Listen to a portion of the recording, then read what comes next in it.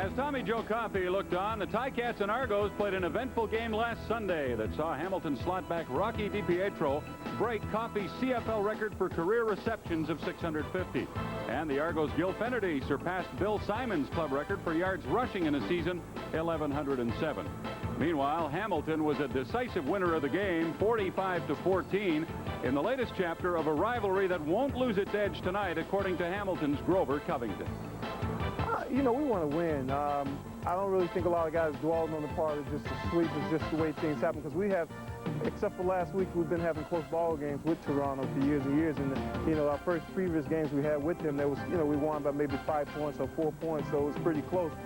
That last game was, you know, was one-sided, but I think it's going to be a real good ball game. They're here at home, and, you know, they're trying to get second place locked up. So, and we want to just, you know, we want to continue to get ready for the playoffs. We want to go in the playoffs on a winning note, so we want to go out and pressure them and play and try to win. Good evening, everybody. Welcome to our CFN telecast from Toronto, the first half of our Dome doubleheader, the Ticats and the Argos. I'm Bob Irving with Nick Vastaya. Nick, we know the significance of this game to the Argos. If they win, they clinch second place. What about Hamilton? They're home and cooled out in first place. Any problems for them getting up tonight? I don't think so, Bob. I think if you're professional, your professional pride takes over. You don't want to lose any football game, but especially, like when I was a kid, I grew up in Hamilton, and I know that the Hamilton Tiger Cats really detest the Toronto Argonauts. Those feelings haven't changed over the years, and I know they're going to go out there, they want to beat them, and they want to sweep the series with them. Record-breaking year for the Ticats. They've equaled the club record for victories. They can break it tonight. And the Argos tied with Winnipeg for second place in the East. This game has more significance, though, than just a second-place finish, according to Toronto center Ian Beckstead. Well, I don't know so much if it's gaining second place. It's a matter of starting to win and getting on the winning track. And that's important to establish some kind of momentum going into the playoffs. This is a team that we have to play. They're on the road to the Grey Cup. So it's nice for us to get a win, know mentally we can beat this team, and get some momentum going into the playoffs. So this game's pretty important for us tonight. 6 hours of football coming up on Domesday on the Canadian Football Network. This is the fourth and final meeting of the season between the Toronto Argos and the Hamilton Tiger Cats. The Ticats won the first three, 24-15, 23-18, and then 45-14. Bob Ubelovich looking for some momentum heading into the playoffs in this game tonight, and of course also looking for second place. A win would assure Toronto of that. Al Bruno very loose and relaxed like the rest of his team, and looking forward to the 2-week break that they get after tonight's game. Paulus Baldiston kicks off. Darnell Graham at the 15, and we're underway at the Skydome.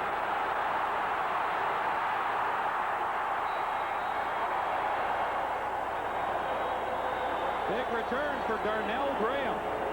Bob, one thing about special teams, especially early in the game, is that they set a tempo.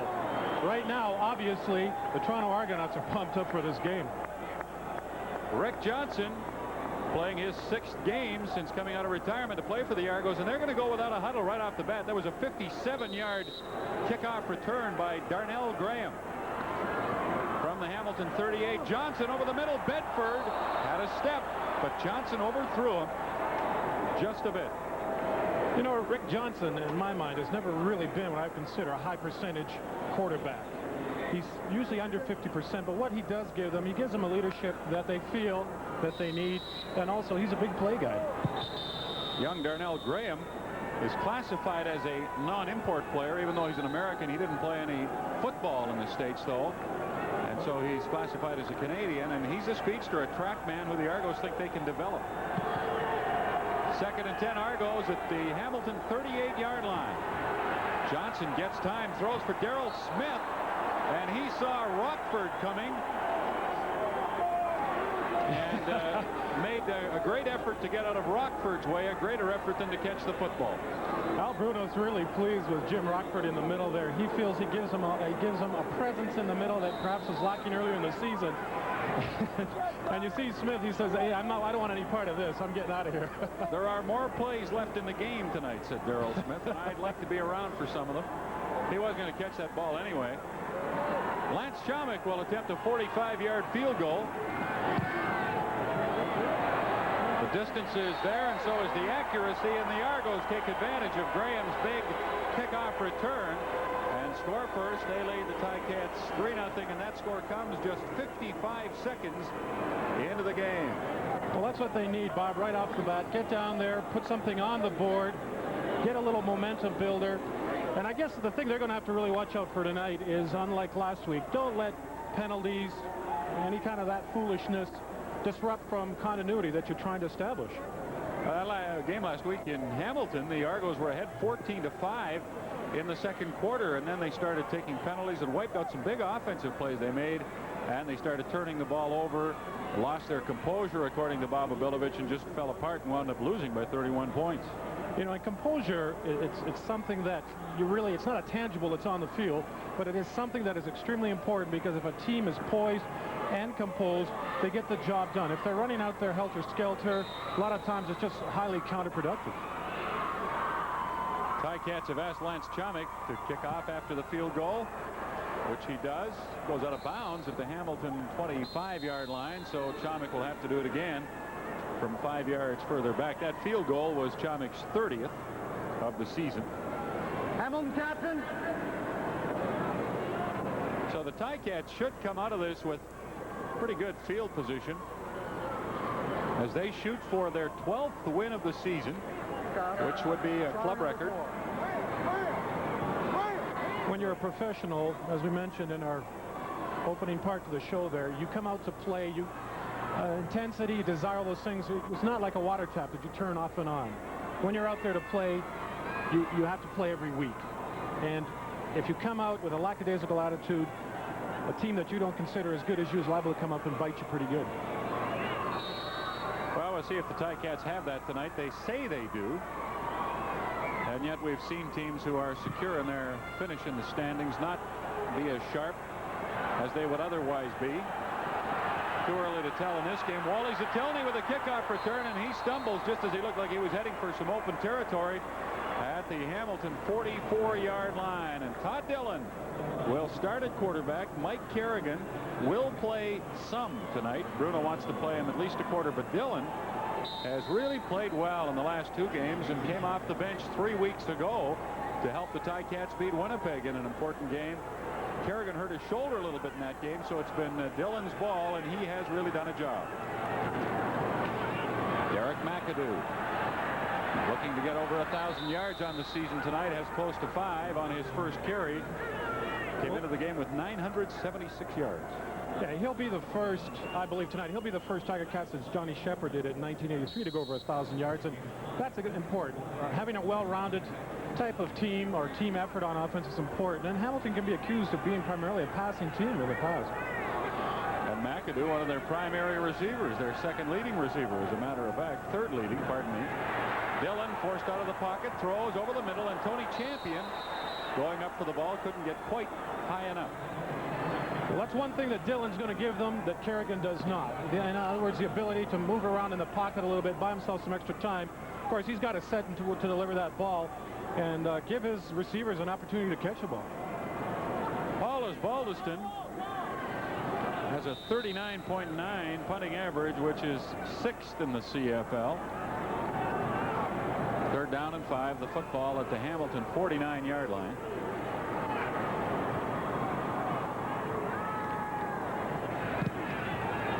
And a low driving kick by Baldiston, angled away from the return man and out of bounds at the Toronto 14-yard line. Good kick by Baldiston.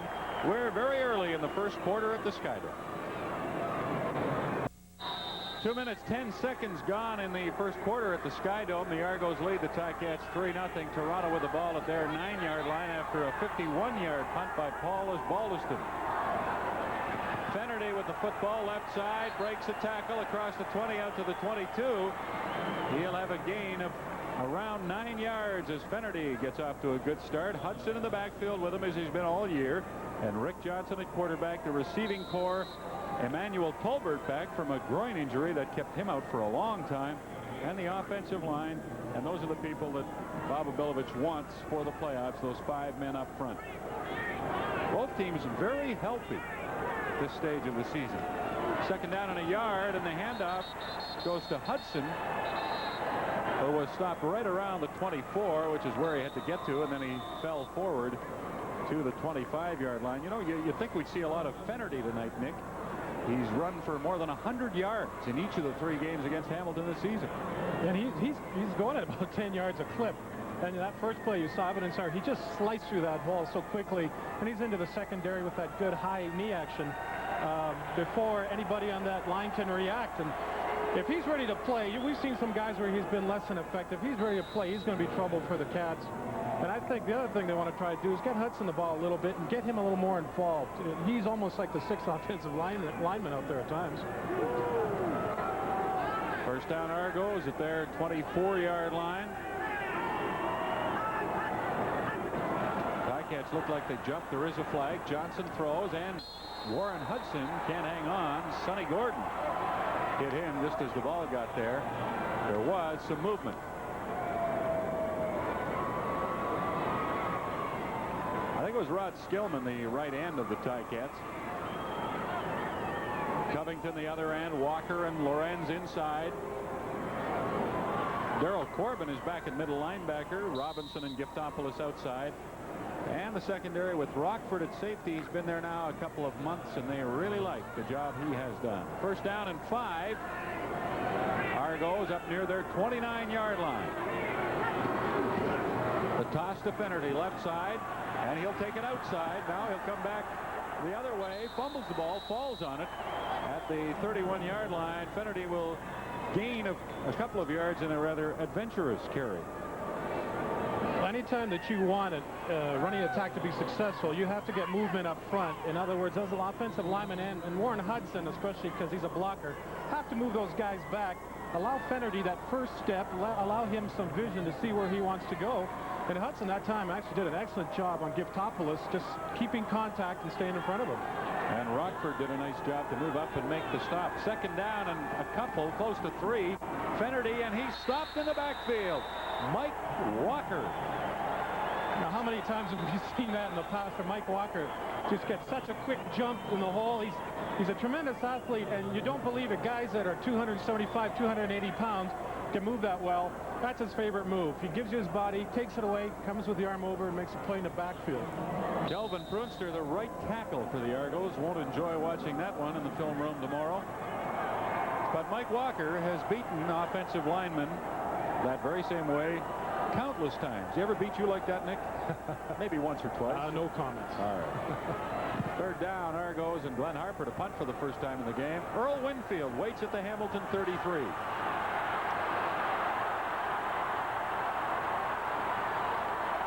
Winfield gets around the corner. He's gone. Touchdown, Ticats. A play that looked like it had no future at all, but Winfield got around that corner and into the end zone. 77 yards. Earl Winfield is big and strong, and he is a force when he's ready to play. Now, he's been hurt. He's had some problems. But I feel that if they use him more and more each week, he's going to start doing things like this as he gets grooved back into what they want. And so far, I'd say the story of this game has been the returns. It's been special teams so far. Winfield made that little inside move, Nick, and froze some Argos and then took it outside. Yeah, and he's a big guy, but he moves extremely well for a big guy. He's a very powerful runner, just pulling away. And anybody that didn't think Hamilton was going to come in here and play hard, or they were going to lay down and be content with not demonstrating they're a good football team, you've got another thing coming. And you hear some cheering for the Ticats. Lots of Hamilton fans here. They're now in front 7-3.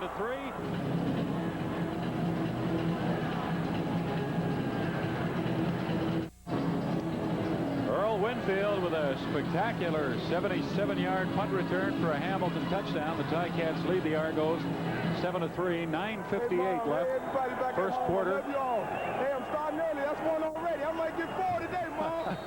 Winfield had 4 last season. 4 punt returns for touchdowns and a kickoff return for a touchdown. And, of course, he had a big game against the Argos, scoring 3 touchdowns. 1 on a reception, 1 on a run, 1 on a kick return. Mike Clemens returning the Osbaldiston kickoff to the Toronto 37-yard line. Well, the thing that Winfield does so well is he helps himself by setting up his blocking. He gives those little steps like he's going to turn it up inside. He gets those defenders to freeze their feet, and then he finds his 3rd and 4th gear, and it's goodbye. Well, Well, Winfield looks to me like he's over any injury problems he had. He has been favoring a pulled muscle. Mom, hey, everybody back I'm sure the rest of the league is real happy to hear that. I got one early, Mom. I might get 4 today. Let's wait and see. We're not going to argue with you, Earl. You look like you might get 4. Rick Johnson scrambling around in the pocket. Throws it over the middle, and it's intercepted. Darryl Corbin. And the Ticats are at the Toronto 29-yard line. Excellent job by Darryl Corbin that time. He's a very active middle linebacker.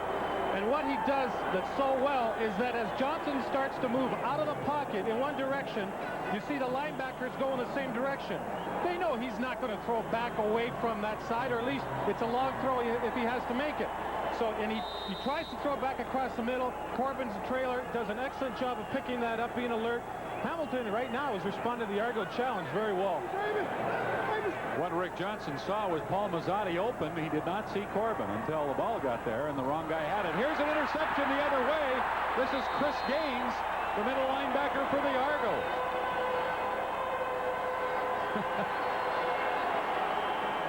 Well, the big rookie from Vanderbilt was, again, anytime you're around the ball and the ball gets knocked out or tipped or something, good things happen. Bob Bilovich very pleased with the addition of Chris Gaines. Not only is he a good cover guy, but the other thing he does extremely well is he's almost like a fifth lineman when he blitzes. He's very quick in the hole. He comes upfield with good power.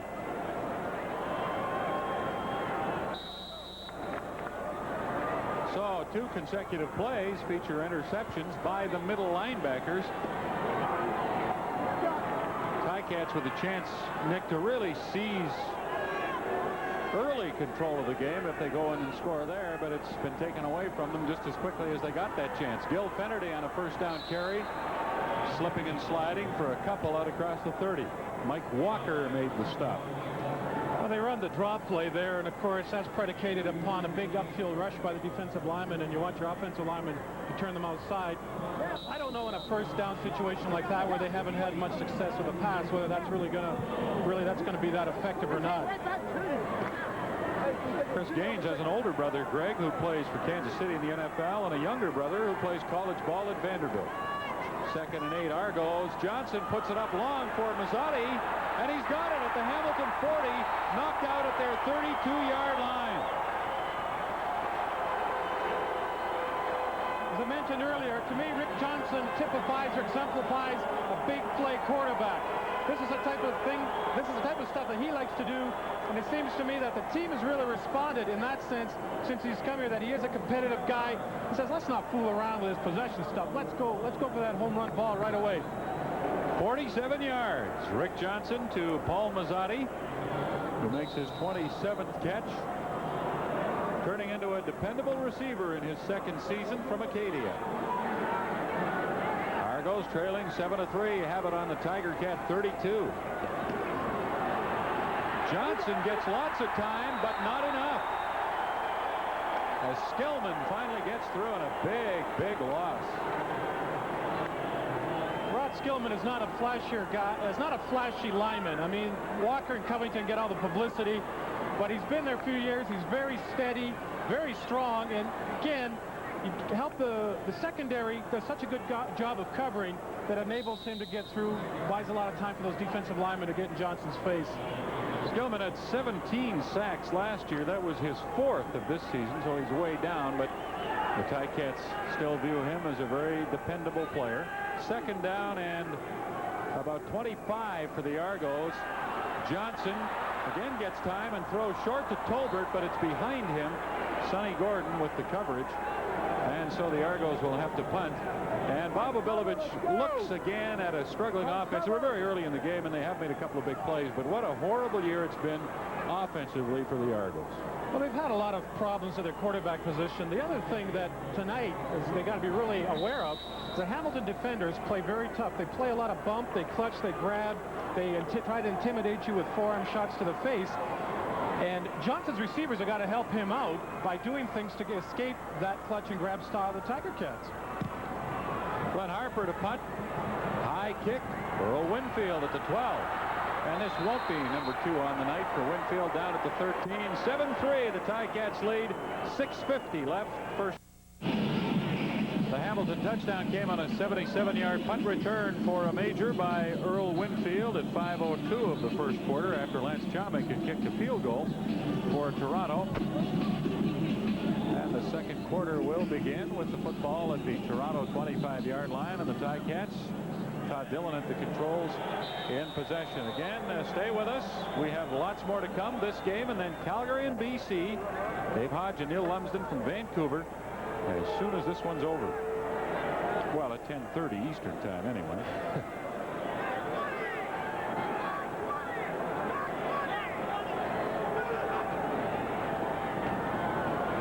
McAdoo on the first down carry, and he's down to the 21-yard line. And if any kind of a run, Nick, would typify a McAdoo run, that would be it, where he's in the traffic and he's bouncing and banging around and winds up with about 4 yards. They're not pretty. It's not pretty. It's effective, and it's tough to run against guys like Bayless and Hallman in the middle because they're very effective, very quick at stopping the run. And that time, Dillon audible to that run. He changed the play as he came to the line. Second down, close to 7 for the Ticats at the Argo 21.5.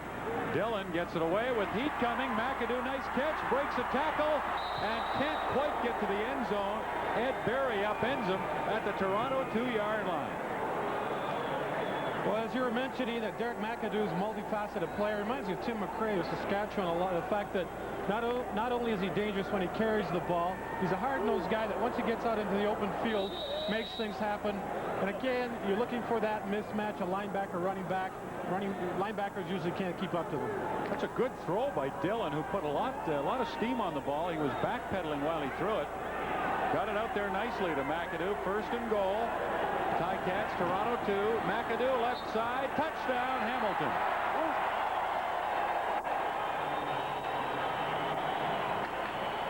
That really illustrates what we're saying, Bob. A hard-nosed running back that's not really gets low, gets his pads low to the ground, and he doesn't give you much of a striking surface. All you're going to see coming through there is a pair of shoulder pads, and the only way to stop that is get lower than him. Willie Pless cannot make that play when his feet are off the ground. He has no way to stopping him. He has no momentum, no power. 12th touchdown of the year for Derek McAdoo, and the convert by Paulus Baldiston will give the Ticats a 14-3 lead. Just a minute and 25 seconds into the second quarter. Interesting thing about the Ticats, they've now scored a club record 497 points this season. They've also given up 493, and if they give up 17 more in this game, that'll be a team record for points allowed in a single season. You wouldn't figure, as Mike Clemens returns that kickoff, you wouldn't figure to break both records in the same season. See Derek McAdoo getting a good jump on the ball. Jed Tomey trying to lead up in there, and all it is a matter of physics. He is lower than the defenders who are up above him. They're not going to stop him, especially when he's got that leg drive going. And he's really added a lot in terms of the rushing attack. No one has feared the Hamilton rushing attack the last 3 or 4 seasons. This year it's something else for the teams to contend with. 24-year-old Derek McAdoo from Baylor. First and 10, Argos from their 39. Looked like Hamilton was offside as Gil Finnerty finds an opening on the right side, jumps over one of his blockers, and then is cut down by Sonny Gordon. Finnerty ran for 7, maybe 8. We'll see if the Argos take that or the penalty, if in fact it is against Hamilton. And it is.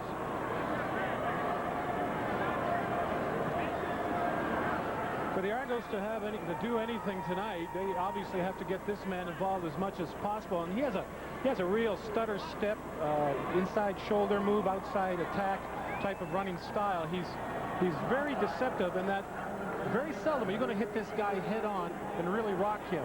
And that's mark of a good running back that really doesn't allow himself to get driven back. Every hit that he takes is a glancing shot, is a sideways shot.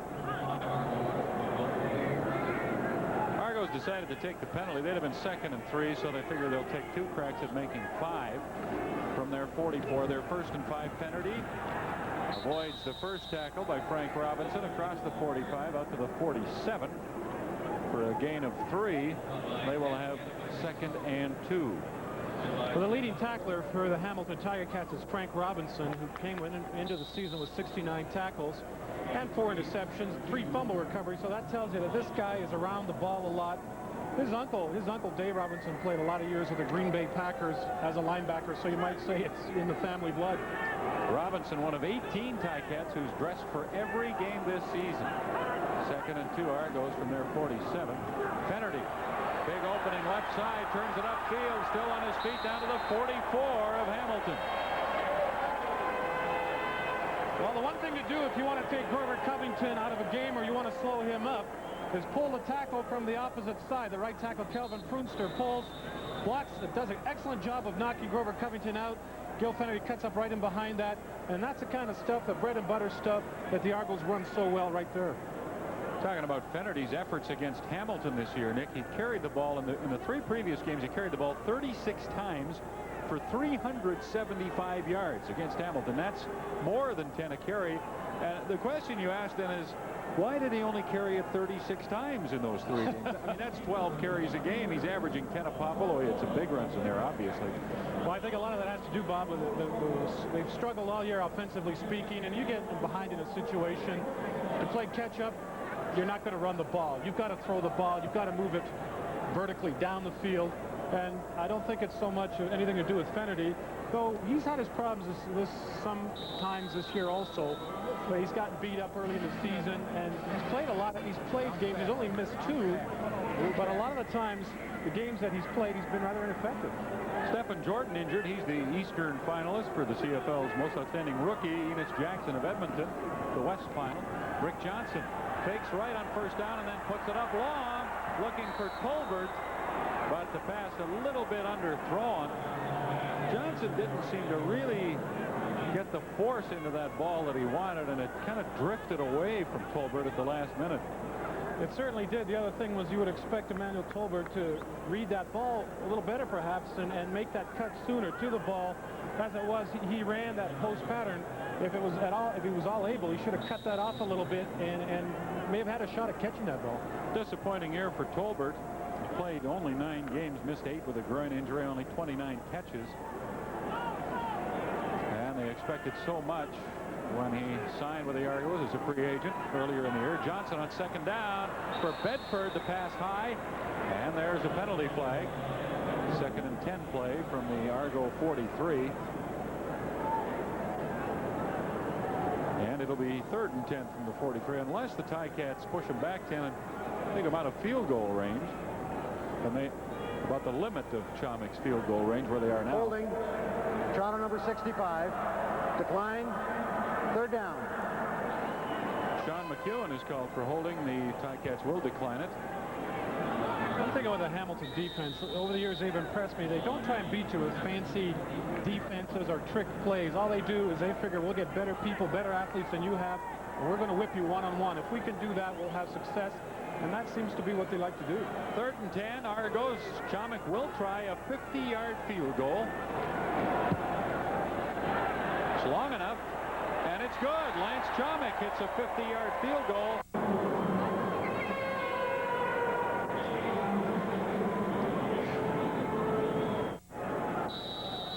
Happy birthday. Happy 30th. Big 3-0. Right back in Vancouver.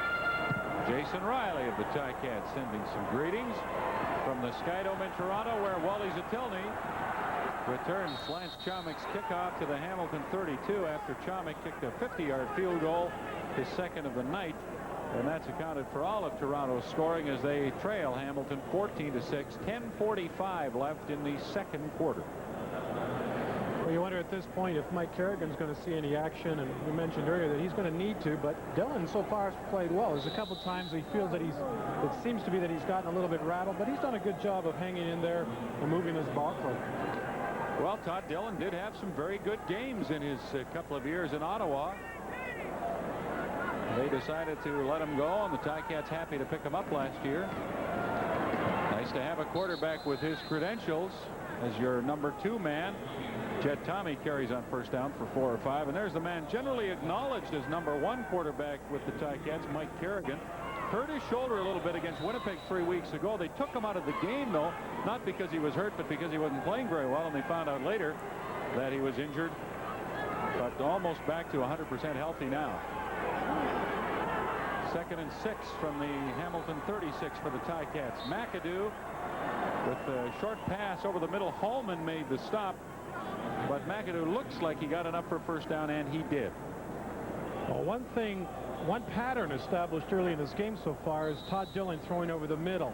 I don't think he has the arm that Kerrigan does. Kerrigan throws to the wideouts more. You see Dillon working that ball down the middle, and I'm sure the Argos are aware of that right now.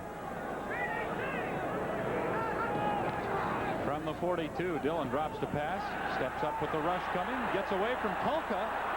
Dillon gets to the 45 before he is snowed under by Argos. As we just mentioned, if that middle closes up for Dillon, then I think he has a problem looking to his wide receivers, and the Argos are going to try and close up the middle there. And Willie Fears, the new man who's told by Coach Abilovich to go wild and get out there and get after them, and Willie wants a job. He's bounced around a lot this year, and he figures to go for broke. I've got a second chance to play somewhere, and I might as well let it all hang out. Fears with Winnipeg when they won the Grey Cup last year, sent to Ottawa this year. Cut by them, went to the NFL. Back here now is Rocky DiPietro. Catches a nicely thrown pass by Todd Dillon for a good Hamilton gain and a first down to the Argo 49. Rocky DiPietro, as we mentioned earlier, does an excellent job of just finding the open spots. Earlier in the game, you saw that Salazar came on a safety blitz. Rocky read that extremely well, just moved to where the safety had vacated and picked up 26 yards. This guy's extremely difficult to stop because he proves that on a large field you don't need great speed, you just need to read the defenses. Champion's first catch of the night, and he can't spin and get away from Ed Berry down at the Argo 43 for a gain of 5. What a monster year Tony Champion has had. 89 catches, 1,540 yards, 15 touchdowns. Well, I'm sure that they'd like to get him those 11 receptions to get him 100. the Argos are aware of that too, and they're not going to give him anything. They know that they're going to be going after him. Ticats did talk about some records. They'd like to get McAdoo 1,000 yards rushing. They'd like to win the 12th game, which would be a team record. But the 11 catches for Champion, maybe just reaching a little bit. Second down and 5. They try McAdoo in the middle, and he gets 2, maybe 3, but he'll be a couple short of a first down. 14-6. Hamilton leads. 7.5 minutes left. We're in the second quarter. You know, that Hamilton offensive line, I don't think there's a guy under 280 pounds on the offensive line. They're well suited for the type of things that they try to do. It's very difficult to push these guys back. If you can't push them back, you can't get to Dillon or Kerrigan, and consequently they don't have to take as deep a drop. They can release that ball quicker. Osbaldiston shoots for his 50th field goal of the year. It'll be a 47-yard try with Dillon holding. And it's there. And the Ticats expand their lead to 17-6 with 7:08 left in the first half.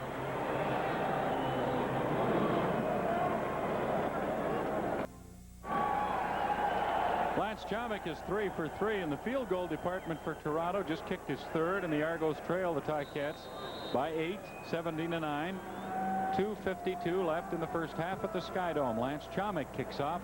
Wally Zatilny at the Ticat 16. And hit hard at the 35-yard line. Harold Holman, one of the Argos, in on the stop. You know, talking about that Argo offense, it's got to be difficult to establish any momentum, as we talked about. Anytime you're constantly getting down inside the 20 and coming away with 3s instead of a touchdown and a convert. And it sets in that siege mentality. Do we have any confidence in our ability to score when we're in that position to score? Argos have only scored 34 touchdowns, Nick. That's last in the CFL. Average yards per game, 289 last. Yards passing per game, 197 last in the CFL. And you couldn't have envisioned that when the year began. Derek McAdoo carries off the left side across the 40 to the 41, and that puts him over 1,000 yards on the season. Derek McAdoo has just cracked the 1,000-yard rushing mark. Excellent job that time by Jason Riley out in front. You see him just getting in somebody's way. You don't have to crush anybody. You just screen them off and let the back pick his own direction that he wants to go. 7-yard gain for McAdoo. 2nd and 3. Ticats at their 42. McAdoo again. First down across the 45 to the 47 for 5 more yards. Well, he's doing an effective job, and none of it is pretty right now. There you see his parents again, and they've got to feel pretty good about the contribution that he's made to the team, as I'm sure his teammates do. Well, he really a great start to the season and then tapered off a little, had some injury problems, but in the last month and a half has played well week in and week out. Tony Champion on the end of this throw from Dillon. It's complete. Ed Berry downs Champion at the 17-yard line. Berry was with Champion all the way, but lost touch with the football. Champion didn't. Well, that happens when the receiver gets to the outside of the defender. He can turn back and see where the ball is, and the defender cannot see it. He's blind, and all he has to do is look at the receiver's eyes and his hands when he's going to go for the ball. 53 yards. Dillon to Champion. Nice pocket around Dillon. He's untouched, and he's, again, if you give him that kind of time, he's going to hurt you. The way to get to Todd Dillon is you got to hit him and rattle him.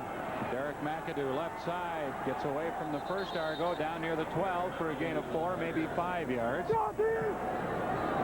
We asked Bruno which quarterback he would start in the Eastern Final, Dillon or Mike Kerrigan, and he said obviously he hadn't made up his mind on that, but you know, you watch Dillon play so far tonight, boy, he's got quite a hot hand. Yeah, that's a nice dilemma for Coach Bruno. Yeah.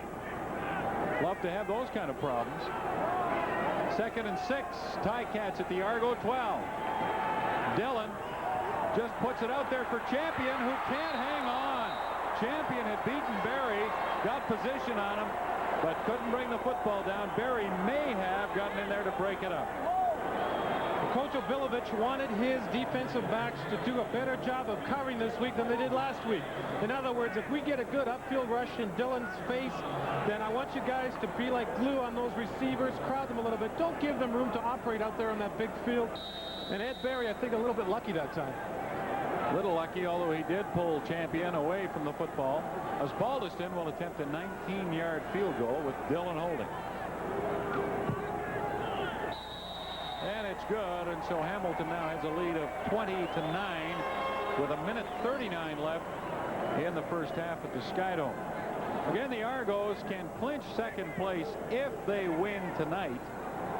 And then it won't matter what Winnipeg does in Ottawa tomorrow, because if they finish tied, Winnipeg and Toronto, the Argos will get it. They won the season series. But if the Argos lose tonight, then the Blue Bombers can nail down second spot with a win or a tie at Lansdowne Park tomorrow. I've been really impressed with the attitude of the Tiger Cats came out here. As we mentioned, essentially not a big game in terms of standings for them, but they're professionals. They've got their own pride. And they've come out very relaxed, very loosey-goosey, if you want to call it that. And to me, it almost seems like, you know, it's almost like a practice for them. They're just going out and doing what they've done all year. And I think that's a mark of a confident veteran ball club.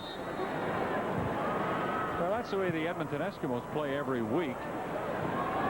And the Ticats, boy, before the game, where they are a loose bunch. Here's Brian Hansen on the kickoff return out to the 51, maybe the 52 of Toronto. But any team that has first place clinched is going to be in that mood. It's nothing unusual, really. But what tells the good teams from the mediocre ones is that when they're challenged, they respond. They respond in a game when they're challenged. They figure that we're not going to give anyone anything. We come out here to play hard. And we're not just out here to have, well, you're going to have fun, but Holding. Toronto number 69. First down. Al Bruno says this reminds him of 1986. His team is healthy. They're at the end of the year and they're healthy. They haven't been riddled by injuries. And there's a great feeling on the team. He's not predicting they're going to be in the Grey Cup or even win it, but he drew some parallels between this year and 86 when they did win the Grey Cup. Argos back at their 23 with that penalty. 1st and 10. Rick Johnson wants to put it up and does for Mazzotti. Complete at the 40-yard line. Will Lewis takes him down, but it's a Toronto first down. 1:26 left in the first half. they started the game off with this no-huddle offense, and now they're using it, of course, when time is critical, but they seem to have some success with it. I'm surprised that they're not going with it in a regular offensive type of scheme. From the 39.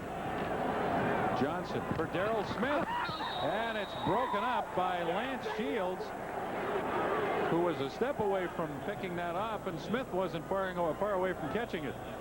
Well, Lance Shields is the best one-on-one cover guy that the Tiger Cats have, and because most teams like to throw into the short field because it's a shorter throw for the quarterback, that's where Lance Shields moves to, the short field every time. He breaks extremely well on the ball, and if he picks that off, he's got 6. He's had a terrific year. The Ticats nominee as their best defensive player. Rick Johnson for Tolbert, and he drops the ball. Emmanuel Tolbert at the Argo 54. And boy, can that kind of thing ever make a quarterback look bad in the eyes of the fans and on the statistical sheet. But Rick Johnson has thrown 2 passes now that would have been big plays for the Argos that were dropped. The crowd's booing here, and I don't think they're booing Rick Johnson. Definitely getting on Emmanuel Tolbert. And he hasn't had a great year. Only 29 catches coming into here, but same old story. When you get your opportunities, make the best of them. That's not going to endear you to the coach. And it's not just one play, Nick, because when you make that play, now you got 2 more plays on offense to run. You get a first down and run 2 more. Winfield, and that might sound simple on the return, but you know, you're not just talking about the gain they would have made on that play. You're talking about the potential of the 2 plays that are upcoming. Instead, you have to kick the ball away. It's been a killer for the Argos all season long. And you wonder, if, you know, the lack of concentration. You don't know how do you work through that. You have to concentrate and catch the ball. It sounds so simple, but if a guy is struggling, you don't know if it's a matter of confidence or it's just a lack of focusing on what you get paid to do.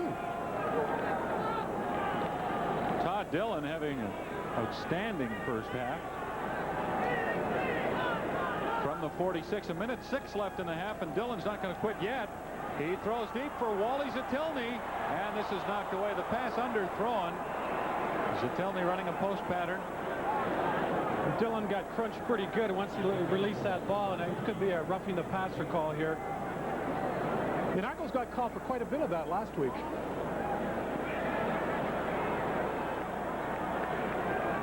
Major foul, roughing the passer, Toronto number 68, first down. That's Glenn Kolka called for roughing the passer, and of course these things are a product of the frustration that sets in when you're not making the plays on either side of the ball. That's not excusing them, but it does happen. Well, Dillon doesn't take a deep set, so these guys figure if we can get to him before he can release that ball, they're just a step away every time, and they're getting called. First and 10, Ticats at the Argo 49. It's 20-9. Hamilton leading. Derek McAdoo waited for the hold to develop and then popped through and will pick up 7 yards. He does show excellent patience there. You see him, he looks funny, kind of wriggling up through the line there, but just does an excellent job of waiting for things to develop in front of him. And his feet and his eyes are constantly moving, trying to find the open area. There's Al Bruno trying to yell with that throat infection and managing to do so a little bit. Loving what he's seeing so far tonight. 2nd and 3. Dillon wants to throw. Steps up from the rush. Will take off. Gets away from Bayless. Puts a little move on. And is to the Argo 38.5-yard line. First down, Ticats. 36 seconds left in the first half. Excellent job by Willie Fears that time of getting upfield. And if Dillon's primary receiver is not open right away, you see he gets happy feet and he's out of there and he's running. Does an excellent job of picking up the first down.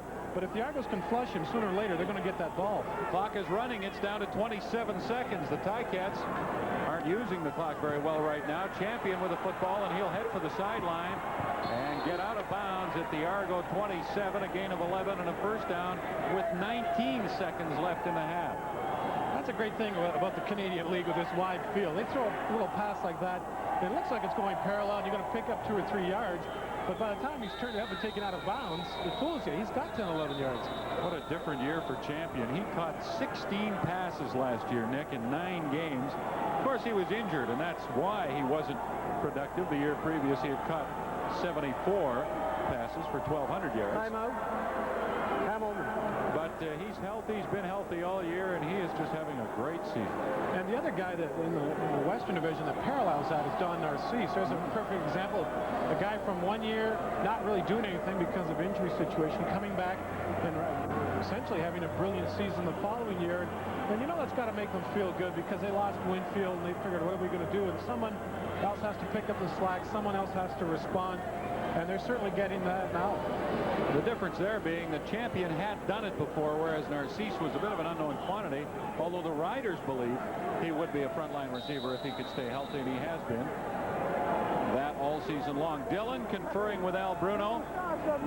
We'll see what the Ticats do with 16 seconds left in the first half. Time for a couple of plays. Will they try to put it in the end zone or just set up the field goal? Dillon is back to throw.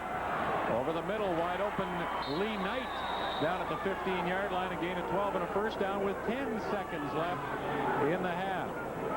As we mentioned earlier, Todd Dillon, for some reason, loves that up-the-middle kind of stuff. He's not much to throwing to the wide receivers.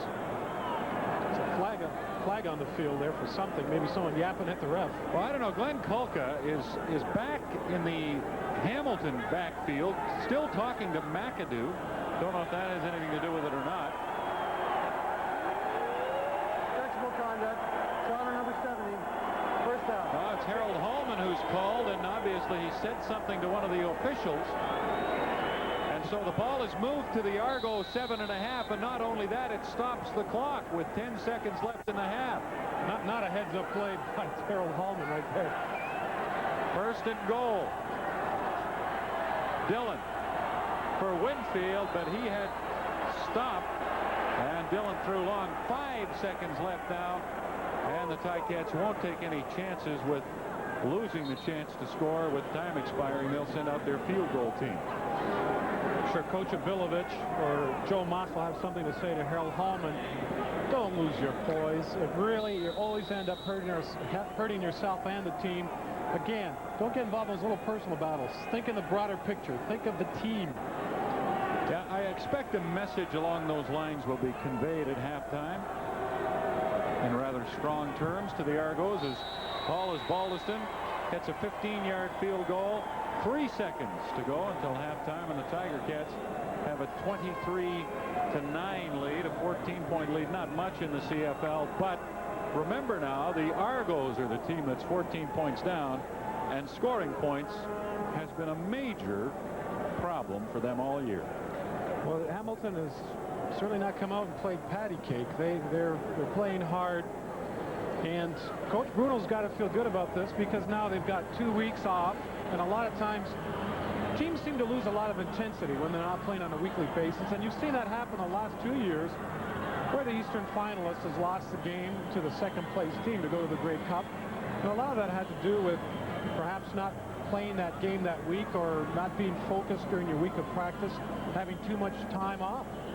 There are pros and cons to having that bye, Nick, but 99% of players and coaches will tell you, given a choice, they'll take the bye.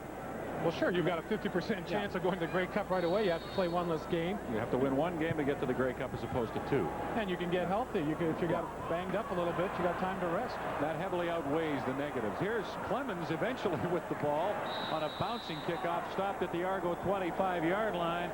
And that play ends the first half, and a good one it was for Al Bruno's Ticats as they lead the Argos 23-9.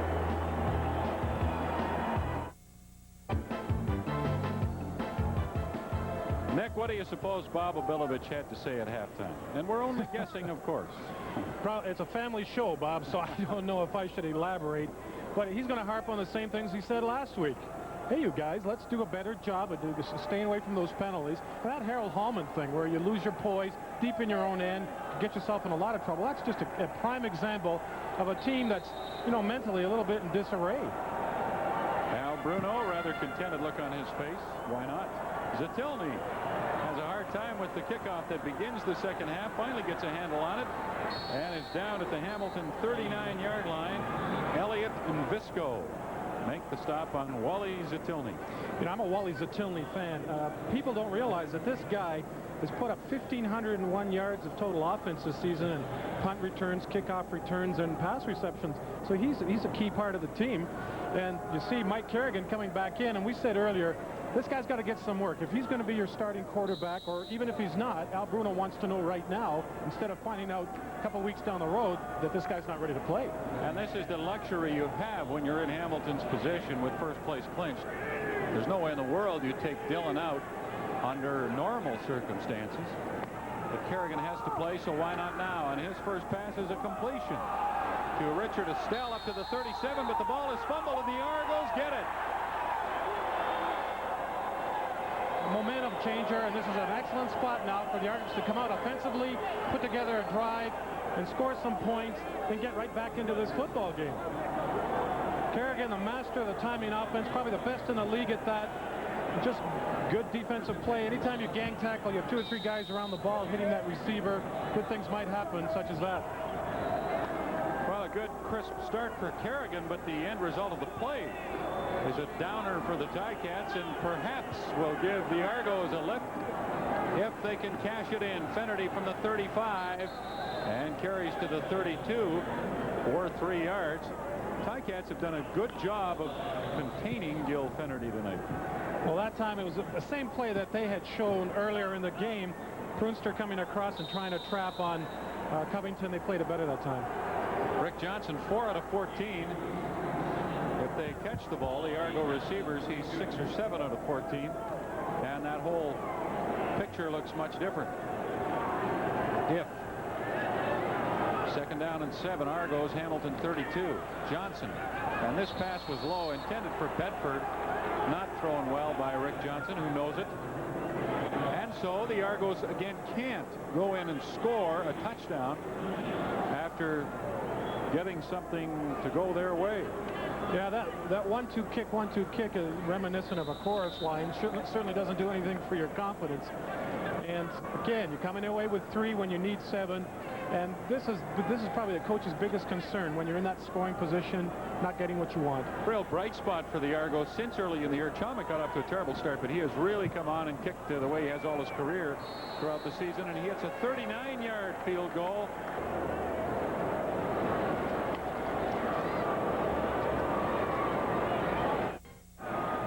We're a minute 43 seconds into the 3rd quarter. Lance Chomik has kicked a 39-yard field goal for Toronto. He's 4 for 4 on the night. And it's now 23-12. The Hamilton Tiger Cats leading. Chomik's kickoff to Zatilny at the 17. Flag comes down, and the return will come back. Zatilny knocked out by Brazeley at the 32-yard line. But I'm certain the penalty against Hamilton for an illegal block.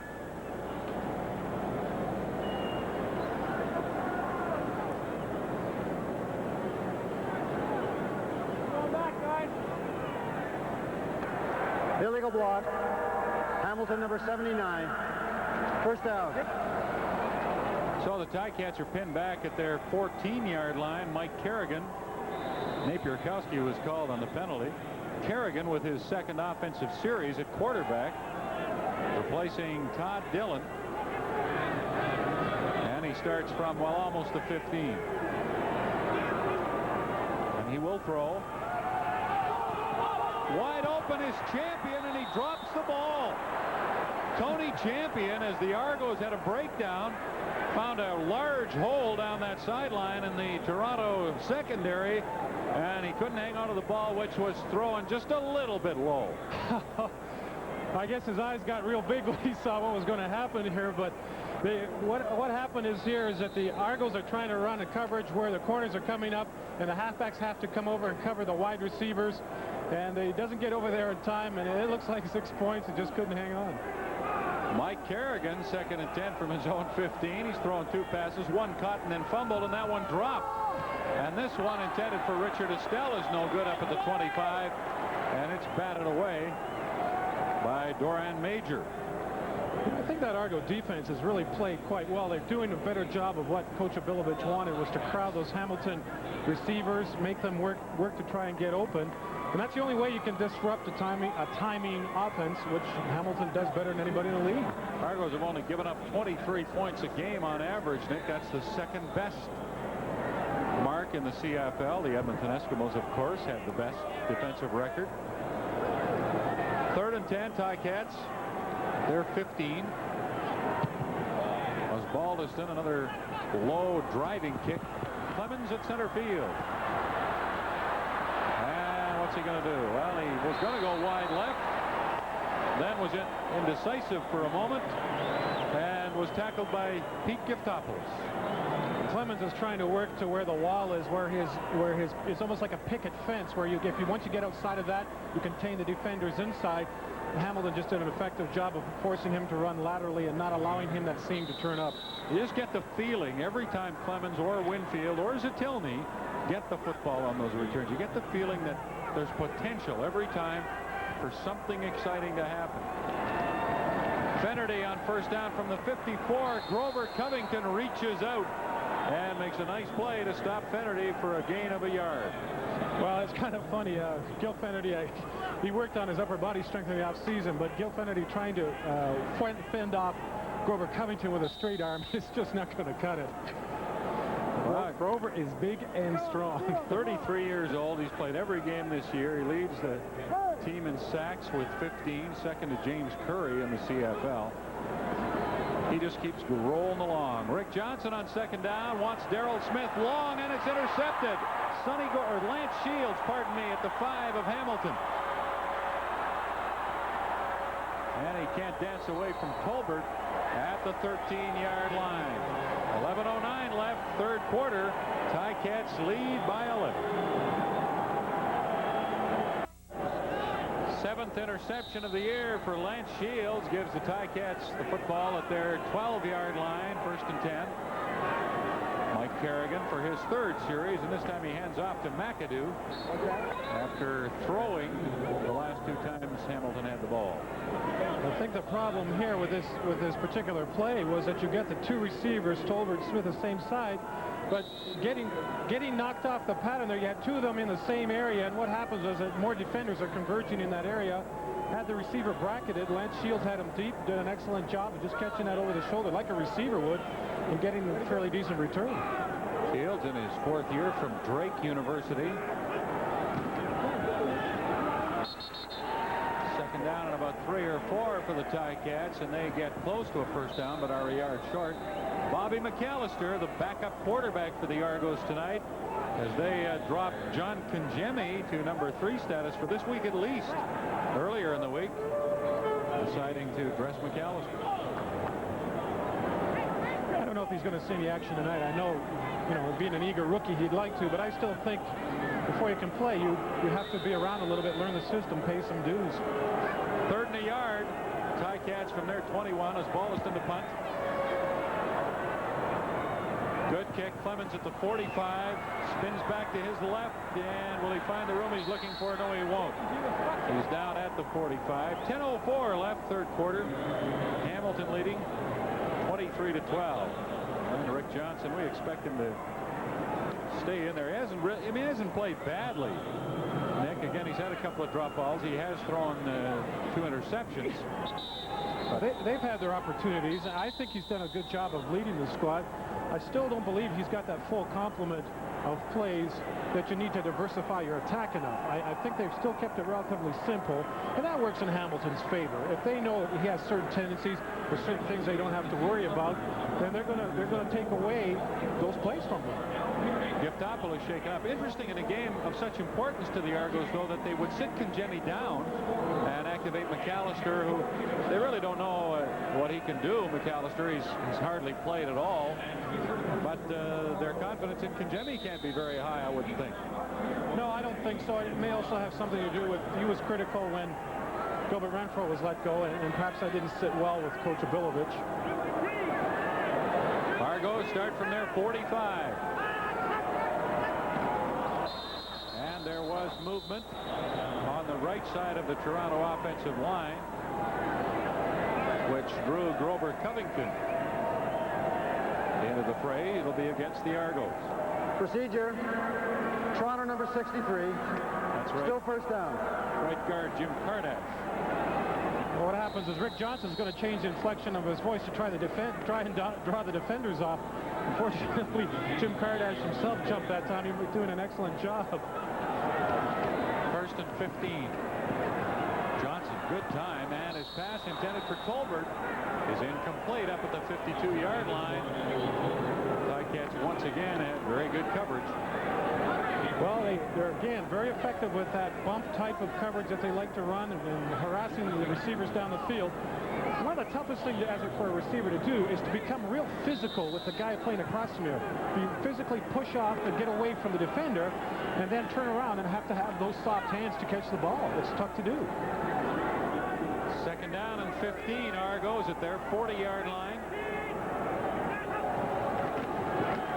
Johnson pump fakes, and then he'll be sacked. Corbin got through, but there are 2 penalty flags downfield where the Toronto receivers were. So we may have some pass interference.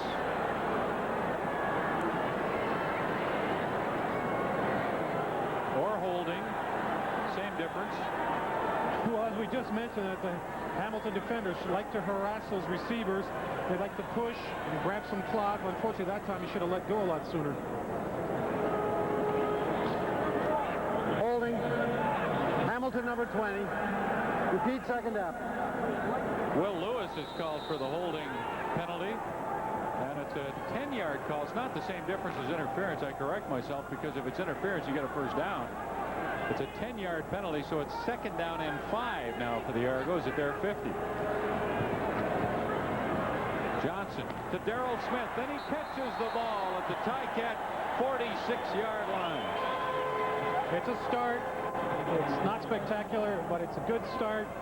Just slowing down, turning around inside, putting your body between the ball and defender, and it's extremely difficult for the defender to do anything other than tackle you, because he has to go through you to get to the ball. That's interference anyhow. Smith would like to reach his third straight 1,000-yard season. He'll have to catch a couple more. First down from the 46 of Hamilton. Johnson looks for Tolbert, but overthrows him down around the 25-yard line. Johnson's still pitching those deep ones, and that's his forte. He seems maybe perhaps at times to be impatient, not content with the possession type of throws, and pick up 6 points rather quickly. Unfortunately, if you live and die with that, if you're not hitting on all cylinders, you don't have any consistency in your attack. You don't keep that ball, and your defense is on the field an awful lot. Wouldn't you think a draw play would be good here? You'd run a draw if you were the quarterback, wouldn't you? Or a screen. Well, we won't see a draw because Fennerty's not behind Johnson on 2nd and 10. Johnson will throw down the sideline for Tolbert, and it's intercepted by Sonny Gordon. And he's back to the Hamilton 36-yard line, and 2 flags come down, but the Ticats have the ball again.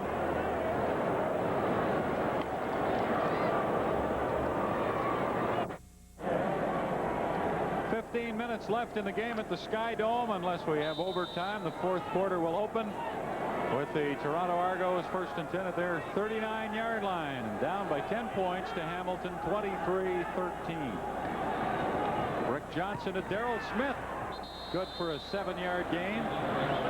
Will Lewis right there to make the stop. That's a heck of a long throw for a 7-yard gain, because anytime you're on one hash mark and that quarterback takes that quick drop and throws it out to the far, almost to the far numbers, you know that guy's got an arm. And Rick Johnson does have an arm. Darrell Smith comes wide left with Tolbert. Mazzotti splits wide right. 2nd and 3 at the Toronto 47. Johnson, quick pass. Tolbert drops it. Emmanuel Tolbert drops the football. Boy, that's just, that's really, I don't know how to describe it, Nick. You can't have that if you're going to get anywhere. Well, you can say it's a lack of concentration, or perhaps it's just the fact that he is not confident in the thing that he does the best. You see him take his eyes off the ball. He lets the ball hit his chest and it bounces out instead of making that nice soft catch with the hands. But he's anticipating that hit. Hey, that comes after. Let's not worry about that. Catch the ball first and then worry about getting hit. Well, you got to catch that football. 3rd and 3, Argos at their 47-yard line. Glenn Harper punting. Winfield at the 28-yard line, and he's down almost immediately at the 30. You know, you get to the point where you kind of feel for the quarterback in this situation, because in the final analysis, Rick Johnson, unless they come back, is going to look like he had a miserable night. But who knows what his night would look like if the people who are paid to catch his passes had caught his passes. That's right, and we're constantly talking about momentum, getting things generated, getting a flow, a rhythm for the game, and that certainly can't happen when you're just getting your 2 plays and you're getting out. And there's probably a little resentment on that defense right now, the Argos. And how the Argos in their situation could not be mentally sharp escapes me. Kerrigan hands off to McAdoo, left side. 3 more tough yards for Derek McAdoo. He's certainly been a workhorse tonight, Derek McAdoo, and he hasn't really broken one, but he's just getting up in behind those big offensive linemen of the Tiger Cats and keeping those feet moving. And you know, it's one of those games where he might end up with a 70, 80-yard night, and you say, when you look back and go, how did he do it? That's his normal game, 70, 80. He won't have those big nights, but he won't have many around 20 or 25 yards either. Second down and 7. Ticats at their 33.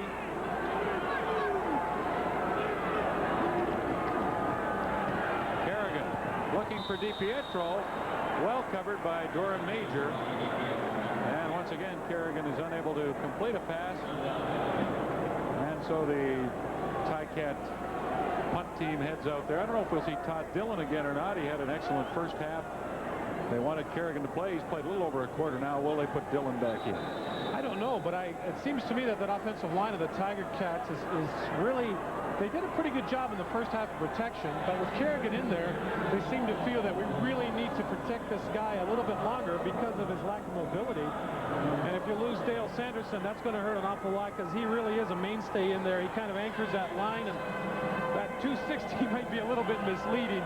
He's a big guy, as they all are, and they do such an excellent job of just standing right up on the line there and trying to make those defensive linemen run through them, and it's very difficult.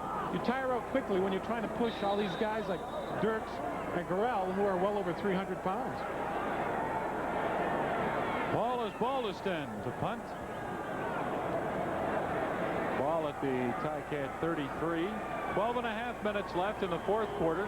Ray Robertus does the third down snapping. And a good kick as Baldiston's had a good night. Clemens at the 31 of Toronto. Clemens finds some room in the right and is out to the 52. Nice return by Mike Clemens for the Argos.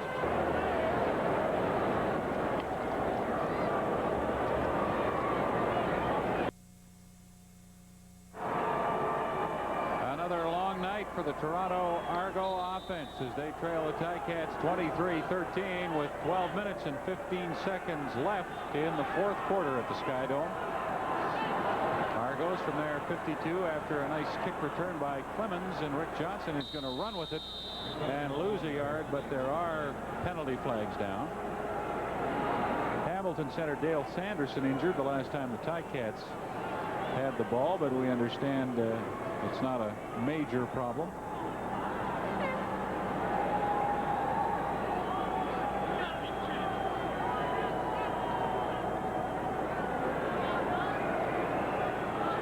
Procedure. Toronto number 66. Decline. Second down. Kelvin Prunster is called for procedure. Dale Sanderson, a Hamilton native, 4th round draft pick back in '85, developed into a top flight center. Second down and 10. Argos at their 52. The toss to Gil Finnerty. They're not able to pass the ball. They figure they may as well try to run it. And Finnerty loses a couple of yards, and the fans at Sky Dome get even more restless. The Argos have really been unable to get that perimeter running game going. They have not been able to attack the corners of the Hamilton Tiger Cats. And the Tiger Cats, they're just well coached, well disciplined, and they understand what the Argos are trying to do, probably as well as the Argos do. They're just getting out there as quick. The pursuit's coming from the backside, and just playing very sound team defense. Well, they're stopping Finnerty, Nick, before he has a chance to get started. Obviously, they don't know what plays are being called, but it seems like they have the Argo offense pretty well cased. Well, they do, and there's keys that you get all week in practice as you're watching films of your opponent. You see that in particular certain motion sets or certain ways that they're aligned, that there's a high percentage that they're going to do certain things. I guess what underlines the Argos' offensive futility as much as anything is the fact that in only 2 of their 17 games this year have they scored more than 25 points. 2 out of 17 they've scored more than 25. In 8 games they've scored fewer than 20 points.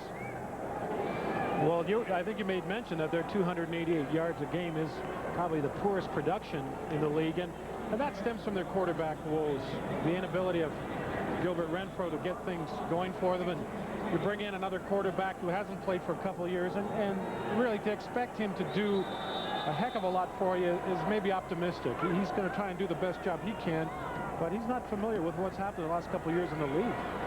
Glenn Harper punts. Wally Zatilny catches and returns out to the 33-yard line. 11.5 minutes left. Fourth quarter. Still Hamilton up by 10. Sonny Gordon of the Hamilton Tiger Cats has an interception tonight. One of 3 Hamilton interceptions against Rick Johnson.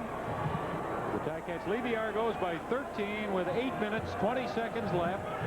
Hamilton from its 12-yard line, 1st and 10 after a Glenn Harper punt. Mike Kerrigan is sacked back at the 7. Really the first time they've gotten to Kerrigan tonight, and the Tiger Cat offensive line is doing a good job of just protecting him pretty well up until then. Once again warming up at the Argo bench is Bobby McAllister. Well, I don't know if it was Coach Obelovich just not giving him a fair chance in that one time that he went in there, but you can see that McAllister wasn't real happy with that. And Ticats, 2nd down and 16 from their 7. Safety blitz. Kerrigan gets it away, but there's nobody near it. Salazar, the safety of the Argos, came as they sent an all-out blitz, and it worked. Duran Major did an excellent job of shielding Rocky DiPietro, who's trying to work back to the middle to make the play. You saw that earlier. Salazar didn't get there in time against Todd Dillon, and Rocky got a nice long completion up the middle. That time it went the other way. So it's a gamble, and sometimes you win, sometimes you lose on that. Osbaldiston, with his 4 field goals tonight, now has 53 on the season. That's the 2nd highest single season total in CFL history. And Osbaldiston has also outkicked Glenn Harper decidedly. The all-time record for field goals is 55, set last year by Dave Ridgway of Saskatchewan. So Osbaldiston is 2 away from that with 53. Lets the clock run down as far as possible and gets his poorest punt of the night away. Although he gets pretty good bounce out of it as Mike Clemens watches it roll all the way back to center field. And Clemens is able to get to the Hamilton 54-yard line. Coach Obelovich said going into this game that Osbaldiston didn't really kick that super against us last week. He just got some excellent bounces. We've got to start feeling that ball in the air, specifically Clemens. And he doesn't in that instance, and he really doesn't give himself an opportunity to get that return because the timing is off for his return man. So what is going right for Bob Obelovich? Well, his defense is playing fairly well tonight. Very well, as a matter of fact, although Dillon had success in the first half, but they've only given up 23 points. We have 7:04 to go in the fourth quarter. Well, you can't really fault the Toronto defense that much. We talked to Al Bruno before the game about a number of topics. One of them, how he feels about having the bye and the 2-week break before his team's next game. Well, sometimes it's adjustment. You know, if you have the injuries, you like to have the time off. But and I think Toronto said this last year. They would rather play every week instead of getting the 2 weeks off. I think sometimes maybe you get low asleep and you get kind of complacent and you can't wait till you play again. But if we had some injuries, I would prefer the extra week. Right now, I would prefer to play every week at this point. This is Hamilton's 12th straight year in the playoffs, but in the last 7 years, this is only the 2nd time they've had a winning record in the regular season, and they certainly have one this year at 11-6 with a chance to be 12-6. Argos from the Ticat 54. Rick Johnson stays in and throws to a wide open Mazzotti at the 43, and he's down to the 37-yard line for a gain of 16 and an Argo first down. Good arm strength that time by Rick Johnson, throwing that long ball over there to Paul Mazzotti. The other thing that makes a good quarterback, or one that, you know, has been around a while, is used to seeing that pressure around him. He sees hands flying across his face and people clutching and grabbing at him, but his concentration is so intent on what's happening downfield, it's extremely important. Schultz and Corbin got into it pretty good after the play. Argos from the Hamilton 36-yard line, 1st and 10. Johnson, complete to Mazzotti. Nice move at the 20. He's to the 10, touchdown.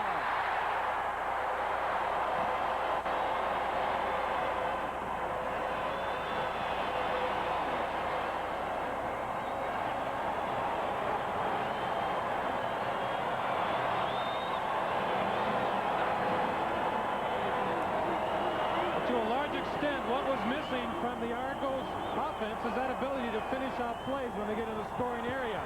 Just a simple down and in by Mazzotti, who shows excellent foot speed to escape the defenders, and some people don't think he's actually quite fast, and he probably surprises some people because he's a fairly big guy, 6 foot, 190 pounds. Paul Mazzotti scores his 4th touchdown of the season. The convert added by Chomik, and the complexion changes now with 6:25 left in the 4th quarter. It's a 6-point game. Hamilton leading 26-20, and it's been a good night for the young man from Acadia. Well, in one play, you can certainly forget all your frustrations that have been occurring all night. They take a page out of the Hamilton playbook, but they just a quick 3-step drop and release that ball as the receiver makes his break. And more than anything, with Rick Johnson, looks like just a sense of relief that, yeah, we finally put one in, is what we needed. And it's that simple if you know what you're doing. And, you know, again, we could talk all about the Argo playbook and whether it has enough deception in it, but there was no deception involved in that play. That's a simple bread and butter, run a pattern, throw the ball on the money, catch the ball, and then run. There's no magic at times to offense. It's called execution, isn't it? Yeah, deception over the long haul is not going to win a football game for you. The things that win football games are, you got to be lucky in the injury department. You've just got to have more good athletes than the other team has. And everybody has to be on the same page, trying to accomplish the same things, and being involved in the game mentally from a playbook and from an intensity point of view. Zatelny with a kickoff at the 19. Finds a crack on the left side. Tony Visco brings him down at the 36, and a penalty flag comes down along with Zatelny, which might move the ball back into Hamilton territory.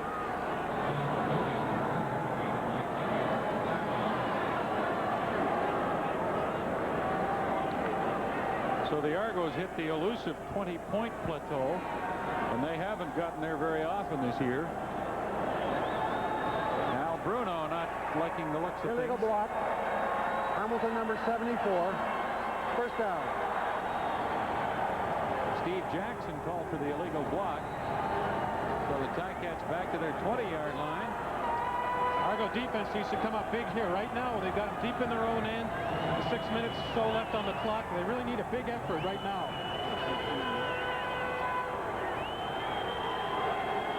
Kerrigan, he's been there all second half. Todd Dillon played the first half and played well. McAdoo carries first down, gets 7, maybe 8 yards, and that was just a good run. There was nothing there for McAdoo when he got the ball. He waited until it opened up. Well, he didn't, on that play, he didn't get much help from his offensive line because you see them trying to pull out and block for him. But at that moment, they're playing on the Tiger Cat side of the ball. It's just, to McAdoo's credit, the fact he makes something out of really where there shouldn't have been much. Well, we saw on that play vivid evidence of the fact that McAdoo has very good vision and judgment. Champion. Complete first down at the 35-yard line of the Argos. Barry and Barry, Reg and Ed, make the stop.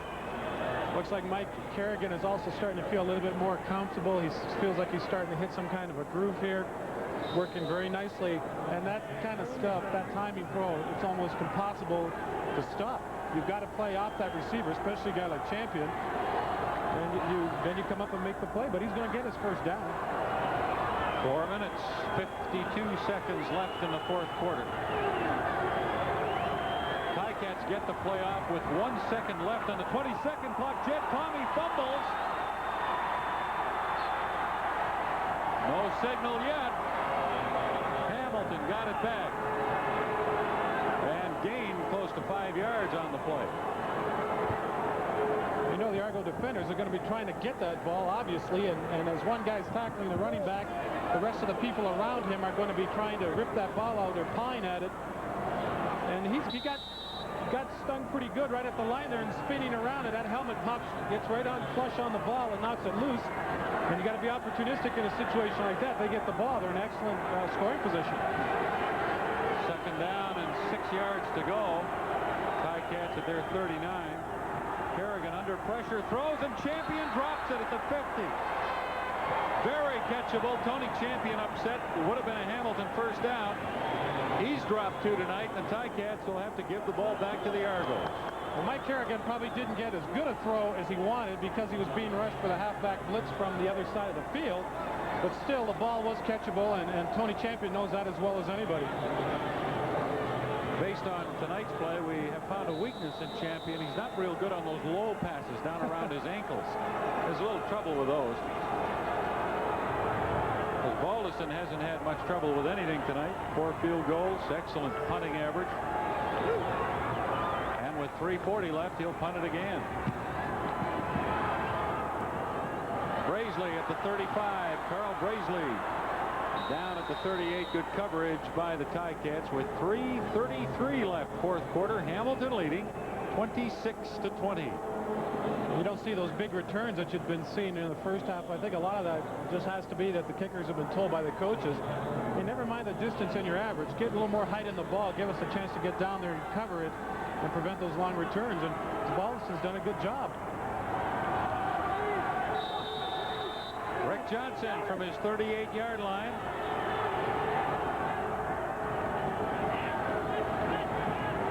Lots of time, and he's going to go long for Bedford and knocked away, nearly intercepted by Rockford. Johnson threw that about as far as he can throw it, Nick, and he didn't get it more than about 40 or 45 yards downfield, and most quarterbacks with strong arms can get it at least 50 or 60. Well, he throws that fake to try and freeze those defenders, and then he's going to go long for the home run ball there. But you're right, for a guy that, you know, is touted as having a real strong arm, he doesn't seem to be getting a lot on the ball. And those Hamilton defenders are just laying back and playing everything in front of them. He didn't really step into that throw. Second down and 10 from the 38. Johnson, and Tolbert misses another one, and this will go back the other way. Sonny Gordon has a touchdown. Stephen Jordan. No, it's Sonny Gordon. I got the right guy. Well, Emmanuel Tolbert has had a miserable night, but that one is more than Obilovich can stomach. Well, I'm sure he feels that, you know, I'm sure Emmanuel Tolbert feels as bad as anyone, and that doesn't help the matters, of course. Once again, he's looking upfield to see where the defender's coming from. Stephen Jordan is, in the CFL award, the most outstanding rookie nominee for the Eastern Conference, and you can see why. He just plays that extremely well, picks that ball up, and he's off to the races. We'll get it straight. It was Sonny Gordon with the touchdown.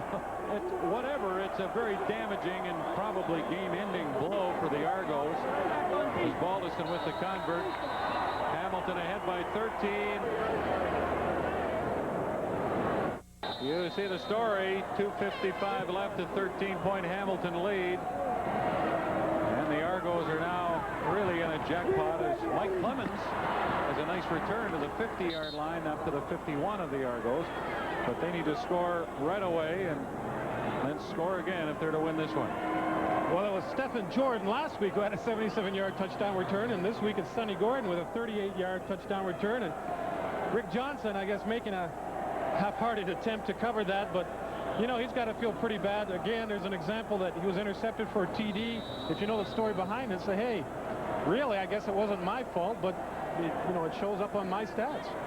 Fourth interception against Johnson tonight, but has he ever been sabotaged by his receivers?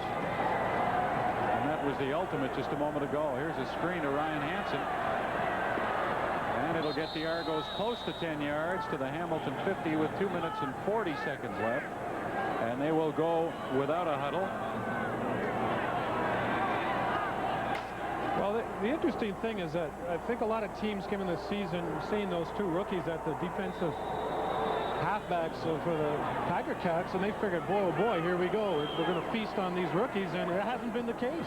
Well, the rookies have done the feasting. Warren Hudson carries on second and a yard and bashes ahead for 13 to the Hamilton 37. 2:27 left on the clock. It looks like a guard picking that ball up in there, just putting his head down and running over people. He's a big, strong guy. Argos go with the hurry-up offense.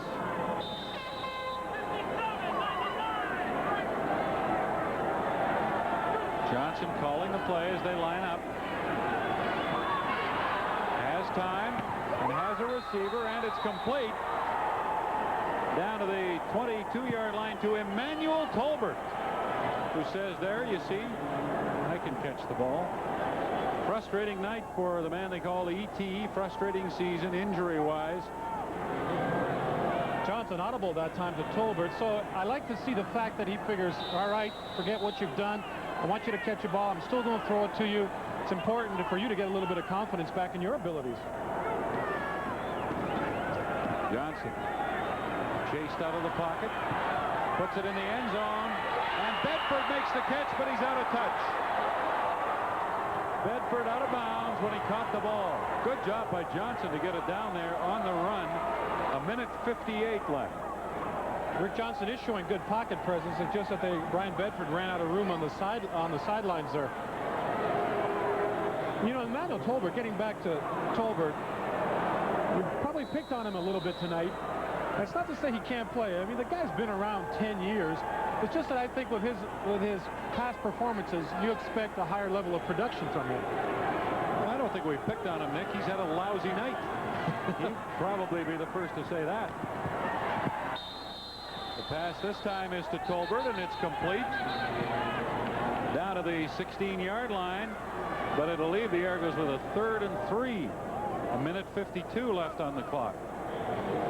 Once again, to Rick Johnson's credit, he just says, I'm going to go to you because I know you can catch a ball, and it's going to make him feel a little bit better, though I'm sure he feels, you know, he'd just as soon forget this and rather not see the films tomorrow. And that's Tolbert. 3rd down and 3. The Argos at the Ticats 16. Johnson taking a long time, and the pass is complete. Down to the 11-yard line, Paul Mazzotti, who's caught everything thrown his way tonight, makes the catch. A minute 33 to go. This is the best they've looked all night, really. And the Ticats ahead by 13. Look like they're giving them that short stuff as teams so often do, making sure they don't get the quick one, which is what the Argos would like to get. Johnson, a quarterback draw down to the 5-yard line where he's straightened up. Gain of close to 7. A minute 21 left. He's a fiery type of person, and that demonstrates it there, because most quarterbacks aren't going to do that type of thing, especially when they're not noted for their running ability. But he's involved. He got in, you know, he got a chance to get his chin strap buckled up and get his face mask dirty. 2nd down and about 3 yards to go from the 5 for the Argos. Johnson, touchdown, Tolbert. Emmanuel Tolbert catches 3 passes in this drive after dropping 3 earlier in the game. See, it's not that difficult. And there's a minute 14 left. The Argos get within 7. The convert makes it a 6-point game. So they're still in it. Well, the important thing is here is not that it brings them close, and even not necessarily that they're going to win the game. It's just that they're ending the game on an upbeat note. And they need this type of thing, because now it's essentially going to be a 3-game season for the Argos, and then, you know, you lose once and it's all over. So they've got to try to establish a little bit of momentum going into the playoffs. Tolbert may have gotten himself a reprieve for the playoffs with the catches on this drive. Chomick with the convert. So with a minute 14 left, it's 33-27 for Hamilton. And I guess that gesture tells it all. Well, they'll get another kick at the cat here. I'm sure they're going to go with an onside type of kick. And if they get that, you know, they're going to have a chance perhaps to get a couple passes off.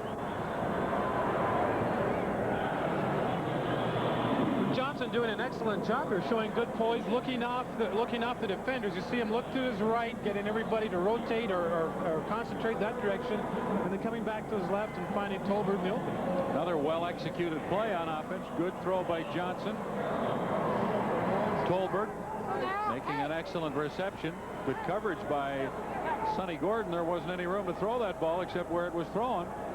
Except for last week, where the Argos were blown out. These two teams have close games, and they've had them all season long. And I think this just exemplifies the intensity of the rivalry between these two clubs. A minute 14 to go. We have Calgary and BC up next on the Canadian Football Network. But But this one is going to have an interesting ending. Chomik with a short kickoff.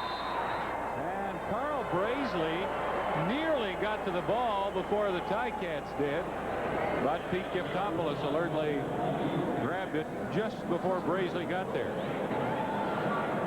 Well, with what they call a whirly bird to the right, where you're trying to send all your people to one side, and then what he does, it fools them, dumps it down the middle, because they know Hamilton's got the best hands people out to the sidelines, so he's going to kick it to Giftopoulos, who perhaps doesn't have those good hands being a linebacker, but he does a good job of covering up the ball. A minute 11 to go. The Ticats at the Argo 47.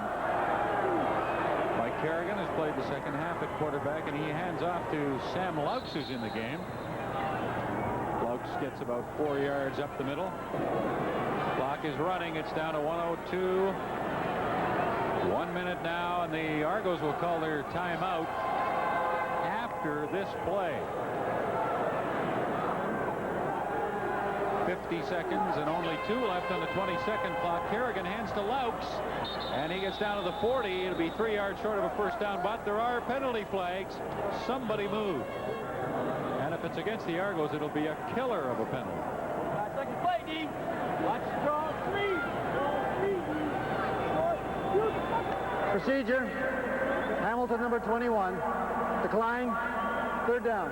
Zitelny call. The Argos, of course, decline. Well, I guess the Argos, rather than being too down or too upset, I'm sure that Coach Abilovich would say to them, okay, the season is over.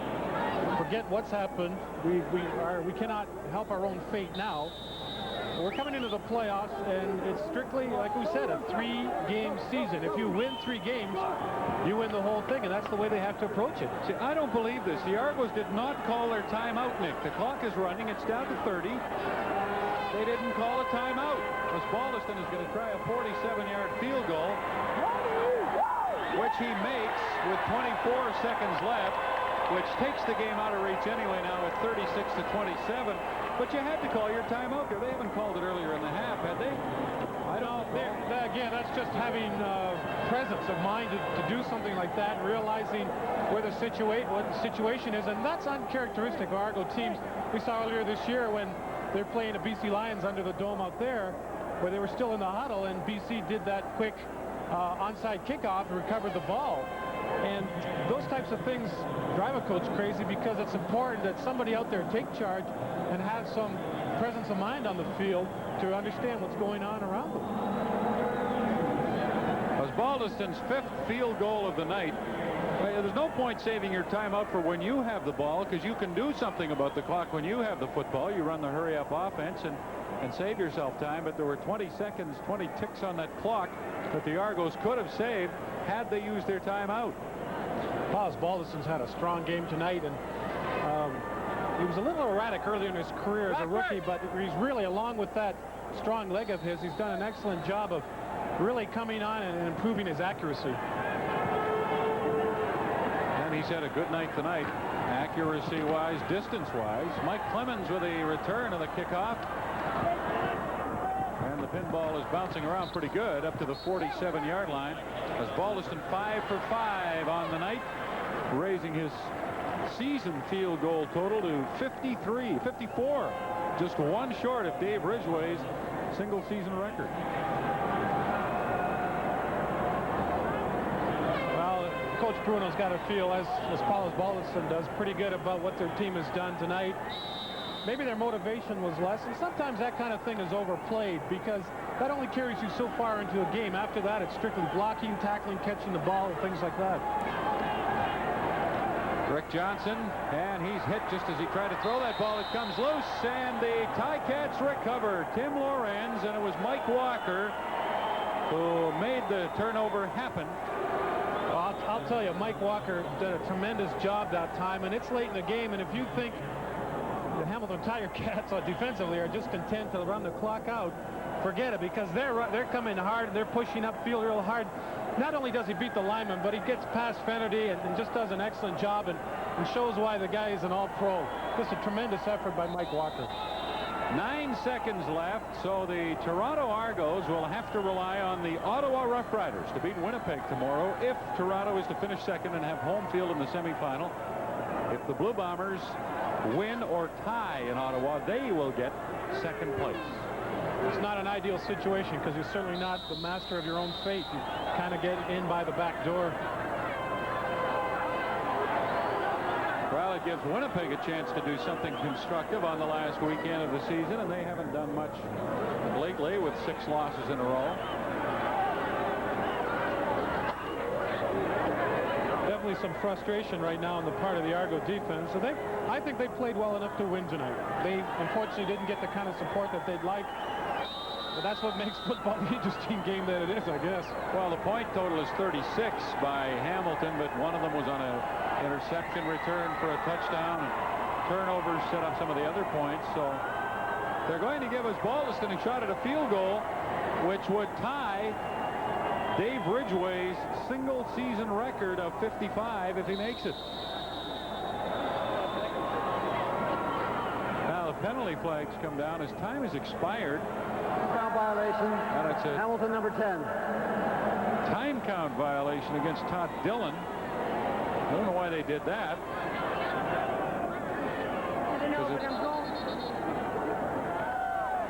As Baldiston was going to try a long field goal, but now it's really at the extremity of his range.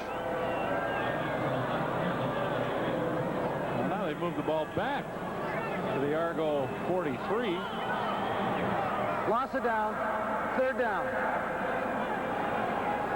So it becomes 3rd down. They lose the down, not the yards. And it'll be a 51-yard try by Osbaldiston with Dillon holding. Boy, lots of distance. And it's wide to the right. And Clemens will bring it out of the end zone to save a point. Dancing around, flag comes down late as Jason Riley and Gerald Bayless exchange blows back upfield. Extremely frustrated Toronto Argonaut football team, Nick. Well, they're not handling, you know, it's tough to handle it well, I guess, when you figure you're at home and the game meant everything to them, and it certainly didn't go their way. And I'm sure they hope they get another shot at the Hamilton Tiger Cats, because you can imagine it would be 3 times these teams play in a month, and there'd be a lot of animosity there. Bob Abilovich looking for Al Bruno to shake his hand as the Ticats complete a 4-game season sweep